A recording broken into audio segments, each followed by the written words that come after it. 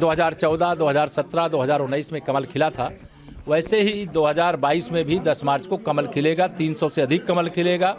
प्रचंड बहुमत वाली, भारी बहुमत वाली भारतीय जनता पार्टी की सरकार बनेगी। पर इस बार तो कोई रैली भी आप नहीं कर सकते हैं, किसी तरीके का रोड शो नहीं कर सकते। आप नागरिक सुरक्षा के लिए निर्वाचन आयोग के द्वारा जो निर्देश दिए गए हैं हम उसका पालन करेंगे, क्योंकि नागरिकों की सुरक्षा हमारी भी प्राथमिकता है, आयोग की भी प्राथमिकता है, और उस प्राथमिकता को ध्यान में रख करके ही ये कहा गया है।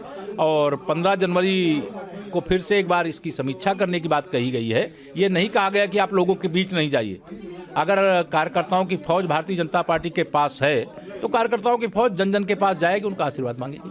5 लोग के साथ एक बार में हाँ, 5 लोग जो निर्धारित किया है, निर्वाचन आयोग के हर निर्देश का पालन करेंगे। अखिलेश यादव ये भी कह रहे हैं कि उनके पास इतना ज़्यादा फंड नहीं है कि वो इस तरीके से कैंपेन कर सकें। इसलिए अखिलेश यादव जी जानते हैं वो चुनाव हार चुके हैं, चुनाव में जनता उनको नकार चुकी है, उनका भ्रष्टाचार उजागर हो गया है, उनकी गुंडागर्दी को लोग भूले नहीं हैं, उनके माफिया राज को लोग भूले नहीं हैं, उनके दंगा राज को लोग भूले नहीं हैं, उनके ज़मीनों पर कब्जा करने की बात को लोग भूले नहीं हैं। इसलिए वो जानते हैं कि जनता उनको स्वीकार नहीं कर रही है। जन जन तक ये संदेश पहुंच गया है। उन्होंने भी कई सर्वे कराए हैं, उनको सर्वे मालूम है। बस जो 2017 के नंबर हैं, अगर 2022 में उसको दोहरा लेंगे तो वो उनकी बड़ी सफलता होगी। लेकिन भाजपा का कमल खिल रहा है, भाजपा की सरकार बन रही है, वो एडवांस में अपनी पराजय स्वीकार कर रहे हैं। देखिए, 2012 और 2017 की दृष्टि से भी यदि हम आकलन करें तो पंजाब का चुनाव हमेशा एक ही फेज़ में होता है। इलेक्शन कमीशन ने इस बार उत्तर प्रदेश के चुनाव को जो 2012 में 9 फेजेज़ में हुआ था, 2017 में 8 फेजेज़ में हुआ था, उसे एक और फेज़ घटा करके 7 फेजेज़ में करने का निर्णय किया है। चुनाव करना, चुनाव की तारीखों का ऐलान करना, फ्री एंड फेयर इलेक्शन कराना, ये इलेक्शन कमीशन की जिम्मेदारी है, इलेक्शन कमीशन का प्रेरोगेटिव है। इलेक्शन कमीशन ने जो तिथियां तय की है, हम उन तिथियों पर पूरी तैयारी के साथ में चुनाव के मैदान में जाएंगे।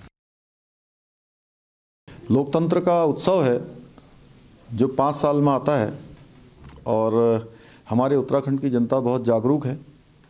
इस बीच में थोड़ा स्थितियां कठिन हैं, क्योंकि हमारे यहाँ पर विभिन्न विषम प्रकार की भौगोलिक परिस्थितियां हैं, ठंड का भी मौसम है, उसके साथ साथ अभी महामारी भी है, कोरोना भी है। तो कोरोना को लेकर हमने पहले ही 15 तारीख तक सभी प्रकार के जो राजनीतिक आयोजन है, धार्मिक आयोजन है, सामाजिक आयोजन है, उन सभी को रैलियों पर, सम्मेलनों पर, सभी पर पाबंदी लगाई है।